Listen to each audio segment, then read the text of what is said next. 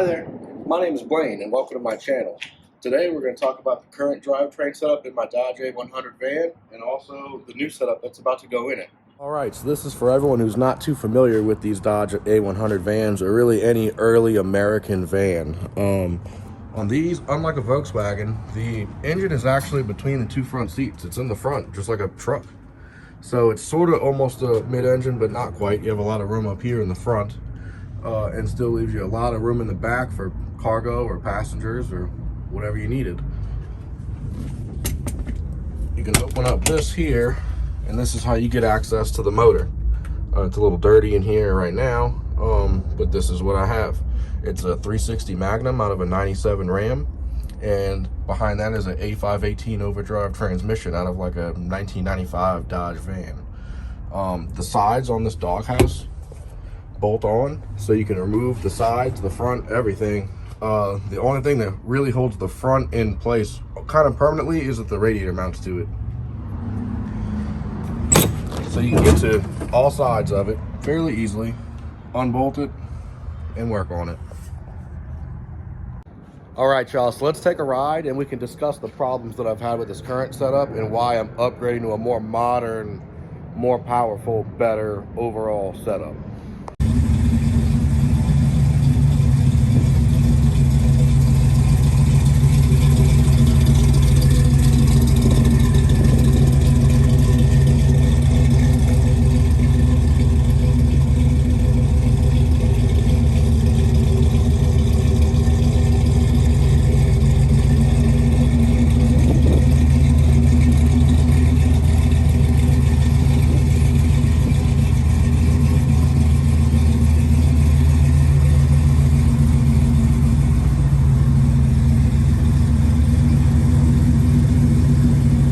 Alright, y'all, we're on the road. I got Nola with me. Hey, tell him hi, Nola.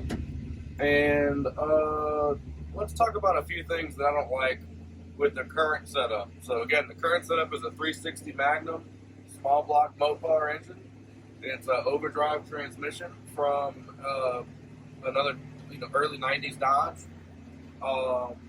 The rear end is a Ford 8.8, and the drive shaft is about maybe 7 inches long, and that's a huge problem for me. So the rear suspension is limited on travel because of that, and I max out the U-joints fairly easily. So I'll blow through a set of U-joints in like 400 or 500 miles. And if you look at the U-joints, there's nothing wrong with them. You don't see any wear on them. And everyone that's looked at it professionally, works on drive shafts and stuff, they don't see a problem with them. But it makes some kind of crazy grinding noise, and it's just not good. And I don't think it's in the transmission. The transmission's been rebuilt about 5 times now, kind of all related to that. Not that it was jamming the drive shaft into the back of the transmission or anything, but I think that whole setup with it being short is just a bad thing for me. So there's that. On the motor itself, these vans, I think pretty much every Mopar in the 60s and 70s, even dating back, I think, to the 40s and 30s, had hard metal linkages that worked all the throttle and the choke and everything like that. The kickdown was all a solid metal rod, and it was awesome. Factory, these things are great. You can modify them, and you put a different carburetor on there, or you want to get some more performance, whatever, and change the intake. Well, all of a sudden, these linkages don't work anymore, so you have to go to these universal cables, like a low-car style cable, and it's just garbage on these things. So, at least in the setup that I have, so my throttle cable from the pedal is in front of the engine that wraps around the back of the motor and comes back up. That cable's almost 6 feet long, so it stretches and gives and things like that, and it's just not the best. It's detrimental to what we want to do. So I'm only getting at best maybe 70% throttle when it was perfectly tuned up and fitted right and adjusted. But I'm not going to sit and adjust this thing every time I take it out. And probably right now I would say I'm lucky if I'm getting 50% throttle. If the pedal's on the floor, the carburetor's open maybe halfway. which is barely into the secondaries. It's a Holley 650 mechanical double bumper carburetor currently. So that's another issue. Also, with it having a carburetor, this metal box that the engine's in gets hot, and you want to keep your carburetor cool. That way, your choke and everything works correctly. So if I drive like now, I'm driving and everything's warmed up, you might be able to hear the electric fans running. Well, the carburetor's not going to cool off in 5 or 6 hours to be able to have the choke to come on to start up easily, at nighttime when it's in the 50s, So there's that.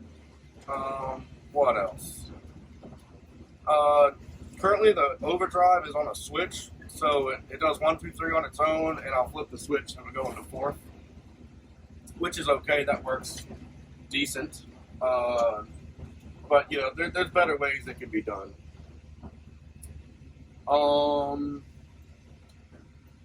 Another thing. Currently, you might be able to hear this. Every time I leave, I feel like it flashes the converter really high, and I've got the right amount of fluid in there, according to the dipstick on the transmission. I don't know why, but we put this transmission back in, had it resealed, put it back in 6 months ago. Listen to this. Oh, well, some carburetor issues on that too, but yeah, it's just something's weird with it. Something's not working right on this transmission, and I'm ready to give it up. It's been almost 7 years actually with this setup, and it just makes the van not fun to drive anymore. And I love driving it. I love taking it out and doing things, and it's getting to the point where it's hard to drive. So more so on issues, I thought I needed a rear main seal put in the motor, and on these engines it's still a 2-piece seal, even though it's a newer 90s motor, it's still a 2-piece seal on these Mopar engines. So you got to pull the oil pan and all that. So we did that, and we still on the rear main bearing. My brother helped me do it, and it has a huge score on it. So the motor's, got to be rebuilt at this point to be something that I would trust to drive across the country. It's still running now, but I wouldn't trust this thing to go more than maybe an hour from my house. So there's that. So the motor's garbage. The transmission works, but the setup is garbage. I think the overdrive in this thing, because I've had this same motor with this overdrive in it, and I've also had it with the stock 727. The motor, the whole thing felt way more powerful with the 727. It was responsive. It was super firm and crisp shifts. It was great. You could blow the back tires off this thing. With this overdrive in it, you can't do any of that. And you can, but it's not as peppy as it felt like before. And the shifts are lazy, and it apparently has a shift kit in it. I'm over it. So I'm over the drive shaft, I'm over the transmission, the motor, the carburetor, and every other problem that comes along with having kind of older technology. So what we're going to, ta-da, is a 6.4 liter 392 Hemi and an 8 HP 70 8-speed automatic, all taken out of a 2021 Charger Scat Pack that was wrecked, and that'll be the new motor that goes in the van. So I think that's going to give me a lot of benefits in a number of ways. So one, fuel injection. I don't have to worry about this carburetor anymore. I don't have to worry, is it going to start? Am I going to be able to get home? Okay, we just did power tour. We drove for 7 hours today. Everything in here is baking, is it going to start with the choke on because now it's nighttime and it's cold? Or if it is cold, okay, so we go to, northern Ohio and it's cooler at night. Am I going to have a problem starting it? Things like that. Fuel injection, wonderful. I'm hoping I can get cruise control. I don't see why I can't, so that'd be nice. Especially, I mean, this thing is not the most comfortable vehicle to drive, so any little thing helps, and I'd love to get cruise control. Interesting enough, the 8-speed automatic is about the same length as the stock 727, and it's not like a 727 in your Charger or Dart. These came with a short shaft 727, is what they call, and just went into overdrive. And what that means is the transmission had a really short tail shaft. They had a different tail shaft that I think was almost a foot shorter than the normal 727. So with that, the vans with the short wheelbase, only a 90-inch wheelbase, and think about it, the front of the motor is pretty much at the front axle. So most of that 90 inches is the motor and transmission. With that short transmission, you had a longer drive shaft. So it still wasn't all that long, but it was about 17 or 18 inches if I'm guessing. So with the 8-speed auto being that same length, I'm going to gain a ton of drive shaft, which it can't do anything but help me. Also, since the motor came out of a car, the car has used CV joints instead of U joints.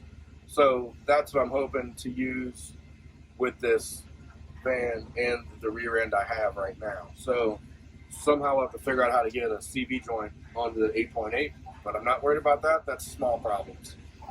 What else? I'm keeping the motor stock. The 360 right now has a cam in it from Comp Cams. That's about it. It's got the Mopar M1 intake, the Holley 650 carburetor, so it's built up a little bit, I guess. But I don't know how much horsepower does this motor have on a good day. Maybe 350. I don't know. So the new motor, I'm just gonna leave it completely stock out of the car. It is they rated at 485 horsepower and 475 foot-pounds of torque, I believe. To be able to fit the motor, I actually need to put the Durango and Grand Cherokee 6.4 liter log style exhaust manifolds on it. So I think those derate the motor to 475 horsepower, but still, that's going to be, with me getting 50% throttle right now from these low car cable linkages and stuff, I mean, this is going to like triple the horsepower of this van. And the thing's already peppy and fun to drive, so I mean, it's just going to be an all-out animal, and I can't wait for that.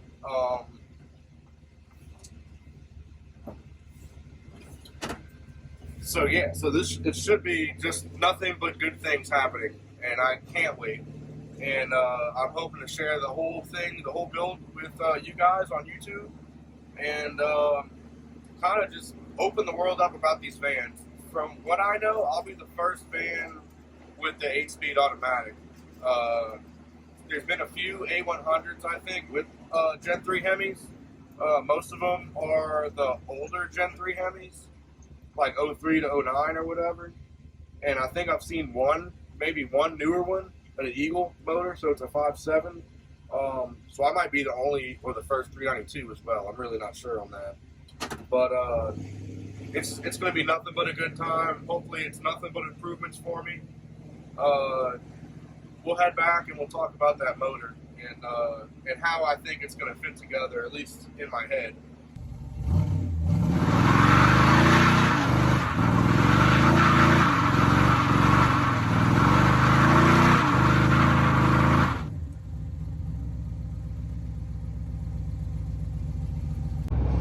Alright, we're back at the shop, and I can tell it's time that this motor needs to come out because we just did that burnout and then it didn't want to shift into second. It was staying in first gear after that. So I think this thing's done.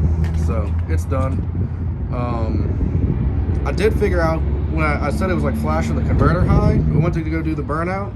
I think it's trying to start in second gear actually, and instead of first. So I manually put it in first on the shifter, did the burnout, and then put it back in drive, and it wouldn't shift out of first. So something's weird here. But here's a little look at what the underneath looks like. If we can see. So Ford 8.8 rear end, some Ride Tech shocks. That's the current exhaust. Got no clue who has a horn out here. Let's see, that's the drive shaft. I can make my fingers touch my thumb to my pinky from U-joint to U-joint. Transmission, the pan hangs kind of low. I think it's also leaking fluids. That's wonderful. Long tube headers, a rat's nest of wiring that we need to fix. Aluminum radiator. Under the front, how the motor gets all the air, we have a trans cooler here. There's a belly pan, so you can't see the ground. The belly pan has a piece of rubber on the back that flips air up like a wing into that doghouse. So that's how that works. And that's the setup I have now. So right here, we have, this is a stock drive shaft. So much longer, you know, for my hand for reference, probably, you know, at least double what I have right now. And this is the stock short 727. So you can put my foot next to it for reference. It's short and it works. That thing was awesome. What happened with that was I put that converter in it, not realizing that with my Magnum 360 is all 360s are externally balanced. Magnum 360s are balanced on the flex plate, and older 360s are balanced on the converter. And I bought a converter for an older 360, and I already had a balanced flex plate, so I was double balanced. I was out of balance and blew that input seal on that transmission. Of course, at least it made it semi-close back to home, and I had AAA, so we're good to go with that. But here we are. So this is the new setup. This motor is awesome, and it is also gigantic. Not talking about the cubic inches, talking about just physically. But you can see how short the transmission is. I mean, look at it compared to the motor. You know, the whole thing is short. So when I'm talking about this mounting surface to the bell housing bolts is, I think, within an inch of that stock transmission, which is perfect. You notice it's really girthy. It's thick. That's a thick boy there. But what works good is with a van, the floor in these things, I mean, as you can see where the barn doors are, the floor is high up on the side. So that's how much room you have underneath. I mean, that's at least 9 inches. And the bell housing is going to be up here, and then all that girth will be hidden underneath those rockers, underneath the floor, so I can fit it and I don't need a tunnel. The only kind of tunnel I have is right there, just enough for the bell housing to kind of poke up. And what's interesting on these new transmissions and these old ones, they all have the same bolt pattern, but trying to get a side profile here, the new one comes down a little bit and then goes flat, so it's higher here and then goes up. With this one, it just gave me extra room between the floor and the transmission. The new one should fit right in and just be a little tighter on the floor, so we might have to add something for heat, but it should fit fine without having to modify the floor in my application. I will need to change out these exhaust manifolds. Like I already said, I've got the set of Jeep ones right here, log style, and they'll tuck right under there. So that'll make the widest point of the motor the valve covers. The width of the valve covers on this motor is actually narrower than my 360 with the long tubes. The long tubes, you know, they come out the side, come straight out and then down. And if you measure that and then measure the widest point on here, which is the valve covers, this is about the same, so, or maybe a hair narrower. So it should fit just fine. That doghouse side's gonna be real close, but it should be fine. I'm a little concerned about this because I don't want to change the intake. I want to be able to run the stock plastics. So hopefully maybe we can get this to kind of make a hard 90 or something and just get some cold air into there and not have it interfere with the doghouse. This is it. So I've got to clean it up a little more. I've wiped it down. You know, I want to clean the transmission up a little bit. But I mean, the motor was clean. It I made a mess there. I gotta pick that up. I didn't know that was leaking on it. But the motor was clean. It's got 12,000 miles. 2021 Charger. I bought it on January 2nd, 2022. The car was built, I think, in May or something. It said, had a date, or no, it was wrecked in May. Had a date on the windshield. So the car, I mean, it couldn't have been driven all that long before it was wrecked. So for another look at my stock setup, this is with the doghouse lid popped open.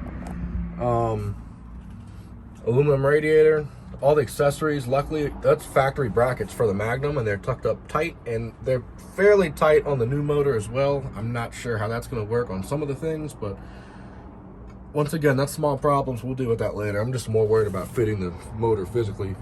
You can see how tight this one is on the sides already, though, with the long tubes. So I think we'll be okay. I mean, if you measure the hole here that the motor has to fit in, the new motor, the Hemi, is smaller than this, so it should fit. It's gonna be tight. So, and if we can make it fit with a stock doghouse, I think we're in good shape. I really don't want to modify this. You know, obviously I kind of got a mostly original interior thing going on with original paint on the outside. So I don't really want to modify and make a new doghouse. I think it would kind of kill the vibe in here a little bit. I wouldn't mind painting it and making it look a little better. I just repainted the dash, and actually the roof was rotten, so it just got a whole new roof skin, and that was just painted in August this past year. So you can see it's a white metal flake. So I would like to do some flake on the inside if I do paint the doghouse, but I don't want to have to modify the doghouse, or not too much anyway. If we need to section it and make the whole thing taller, like, that's one thing, but making new sides and making it bigger, then you start interfering with the seats, and the whole thing escalates into a 10-year project, and that's not what I'm looking to do. All right, y'all, that's all I have for you today. You know, the next video will probably be pulling this motor out, and I might make another one showing off some new parts I'm gonna put on this motor before it goes in. Just some dress up things and stuff like that. You know, if you're gonna do a burnout, do it with passion, and I will see you later.